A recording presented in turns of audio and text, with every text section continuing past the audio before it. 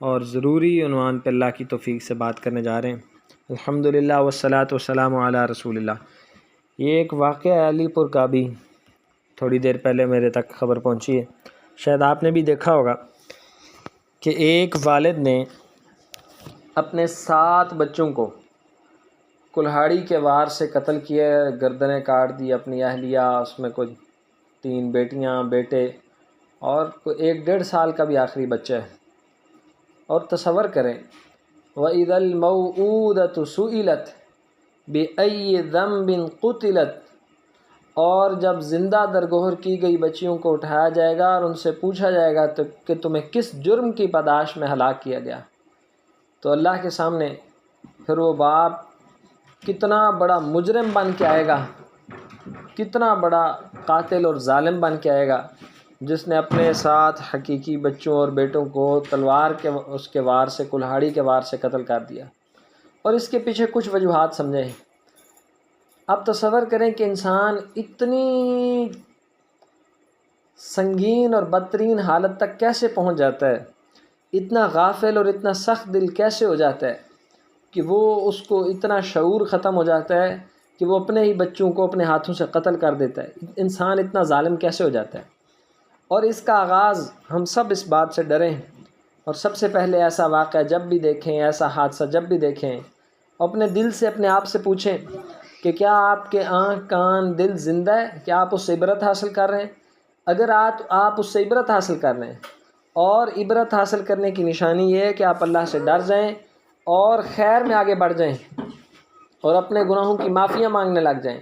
اور نبی صلی اللہ علیہ وسلم نے فرمایا ہے کہ اگر آپ کسی ایسے شخص کو دیکھو جو اتنی بدترین حالت میں ہے، کسی مصیبت میں، کسی بیماری میں، جیسے یہ واقعہ اور حادثہ ہے کہ 7 بچوں کو کلہاڑی کے وار سے قتل کر دیا، تو آپ دعا پڑھو، الحمدللہ الذی عافانی مما ابتلاک بہ وفضلنی علی کثیر ممن خلق تفضیلا۔ اس اللہ کا شکر ہے جس نے مجھے اس مصیبت سے عافیت میں رکھا ہے اور اپنی بہت بڑی تعداد میں مخلوق پر مجھے فضیلت بخشی ہے۔ تو انسان کو یہ دعا سب سے پہلے یاد کرنی چاہیے۔ میں آپ میں سے کون ہے جو پورے ذوق شوق سے یہ دعا ضرور یاد کرے گا اور یاد کر کے سنائے گا بھی؟ یہ آپ کا مائک ان میوٹ کرنا ہی صرف یہ سمبل ہوگی کہ آپ دعا ضرور یاد کریں گے۔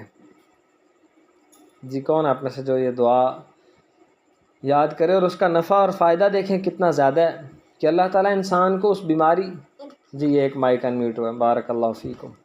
ہاں جی، اور کون یاد کرے گا؟ ماشاءاللہ، دوسرا مائک، بارک اللہ فیک، تیسرا بھی ان میوٹ ہوا، 3 ہو گئے۔ اور کون؟ 4، بارک اللہ فیک، اور 5، ماشاءاللہ، بس 3 لوگ رہ گئے، 3 باقی بھی۔ اب دیکھیں اس کا نفع کتنا زیادہ ہے کہ اللہ تعالیٰ ہمیں اس مصیبت سے بچا لے۔ آپ دیکھیں یہ چھوٹا بڑا ظلم ہے کہ باپ اپنے بچوں کو قتل کر دے، ان کی زندگی لے لے، اور پھر دیکھیں اس کا آغاز کہاں سے ہوتا ہے، اس اتنی سنگینی کا، دل اتنے سخت، وَلَٰكِنْ قَسَتْ قُلُوبُهُمْ، اللہ تعالیٰ نے کہا ہے کہ دل سخت ہو جاتے ہیں، اور فرمایا کہ دل کبھی کبھی پتھروں سے بھی زیادہ سخت ہو جاتے ہیں۔ وَإِنَّ مِنَ الْحِجَارَةِ لَمَا يَتَفَجَّرُ مِنْهُ الْأَنْهَارُ، کیونکہ کچھ پتھر ایسے ہوتے ہیں ان میں سے چشمے پھوٹ پڑتے ہیں اللہ کے ڈر سے۔ لیکن کچھ انسان پتھروں سے بھی زیادہ سخت اور بے حس ہو جاتے ہیں، جس کو ایسے حادثات کچھ کوئی سبق نہیں دیتے، اور اتنا بے بس اور انسان اتنا سنگین دل اور ظالم اور سفاق ہو جاتا ہے کہ اپنے ہی بچوں کو ہاتھوں سے قتل کر دیتا ہے۔ اور اس کی بڑی وجہ، اس کا آغاز ہوتا ہے گناہوں سے۔ یاد رکھیں، گناہوں سے۔ یہ گناہ انسان کے دل پر داغ ہوتے ہیں، اور یہ داغ بڑھتے چلے جاتے ہیں کہ انسان اتنا زیادہ شقی ہو جاتا ہے۔ اسے کہتے ہیں فَمِنْهُمْ شَقِيٌّ وَمِنْهُمْ سَعِيدٌ۔ قرآن میں اللہ نے کہا ہے کہ کچھ آخری درجے کے بدبخت اور بد نصیب ہوتے ہیں۔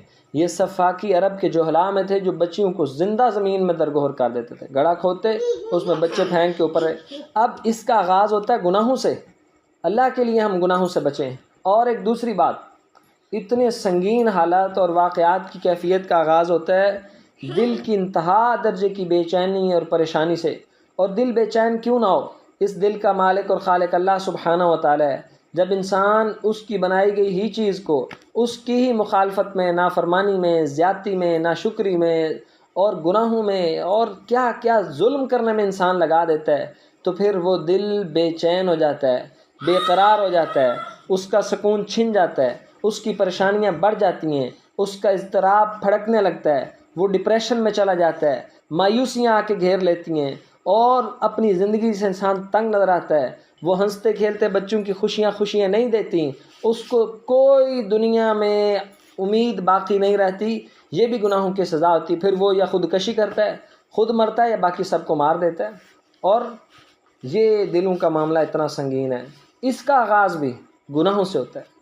حتی الوسط اللہ تعالیٰ سے پناہ مانگے اور گناہوں سے بچیں، اور جو شخص جتنا گناہوں سے بچتا ہے وہ اتنا خوش نصیب اور سعادت مند ہوتا ہے، اور جو جتنا گناہوں میں چلا جاتا ہے، یاد رکھیں اس دل کا سکون، اس کی راحت، اس کی فرحت، اس کی چاشنی، اس کی مٹھاس، اس کی سکون، اس کی حلاوت فقط اللہ سبحانہ و تعالیٰ کے دین سے جڑی ہے۔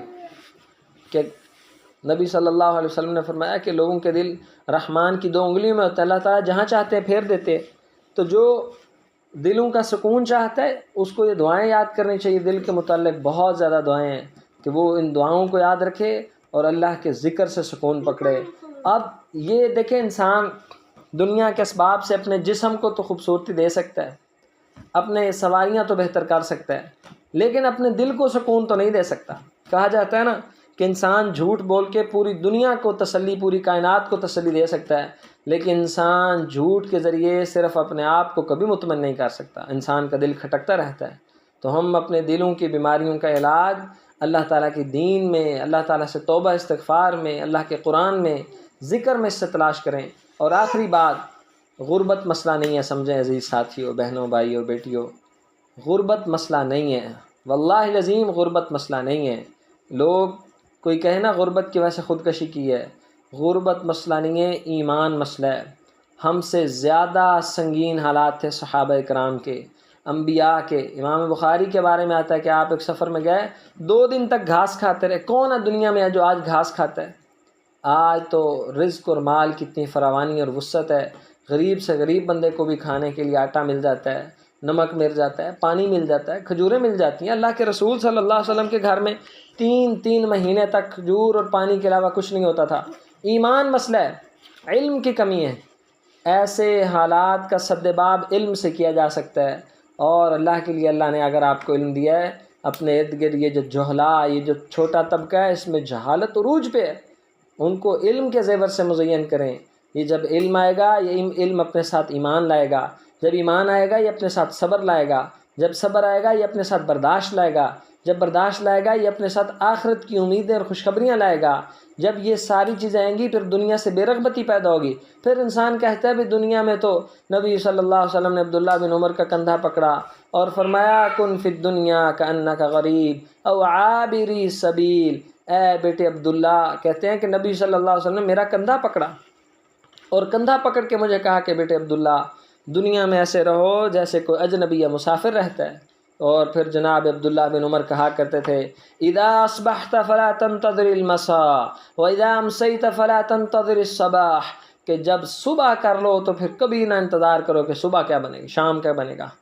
شام زندگی رہے گی تو دیکھا جائے گا۔ تو صحابہ کرام جب علم آتا ہے پھر انسان میں زہد اور ورع پیدا ہوتا ہے، پھر دنیا کی فکریں اور ہم اور غم کم ہو جاتے ہیں۔ آپ اٹھا کے دیکھیے صحابہ کرام، تابعین اور اسلاف امت نے سب سے زیادہ جس موضوع پر قلم اٹھایا وہ موضوع ہے زہد اور ورع، دنیا سے بے رغبتی کے باب۔ انسان جتنا دنیا سے بے رغبت ہو جاتا ہے اس کے اتنے دنیا کے غم کم ہو جاتے ہیں، اس کے اتنے دنیا کے شوق کم ہو جاتے ہیں، اتنی آخرت کی تڑپ بڑھ جاتی ہے، آخرت کے شوق بڑھ جاتے ہیں۔ ہم اپنے گریبان میں جھانکیں کہ ہم کتنے علم کے ساتھ جڑے ہیں۔ جتنے ہم علم کے ساتھ جڑیں اتنے ہم صبر میں سامنے نظر آئیں گے، اتنے ہم ایمان میں سامنے نظر آئیں گے، اتنے ہم دنیا سے بے رغبتی کرتے نظر آئیں گے، اتنا ہم میں تحمل آئے گا۔ یہ ایسے بدترین واقعات سے اللہ تعالی ہمیں بچا لے گا، انسان عبرت انسان نہیں بنیں گے۔ میری گزارش ہے کہ آپ یہ دعا سنیں، دعا کو یاد کریں، یہ پیغام، یہ آڈیو کیونکہ تازہ حالات ہیں، جہاں تک ہو سکے پہنچائیں۔ اللہ تعالی ہم سب کا حامی ناصر، وما توفیق الا باللہ، والسلام علیکم ورحمۃ اللہ وبرکاتہ۔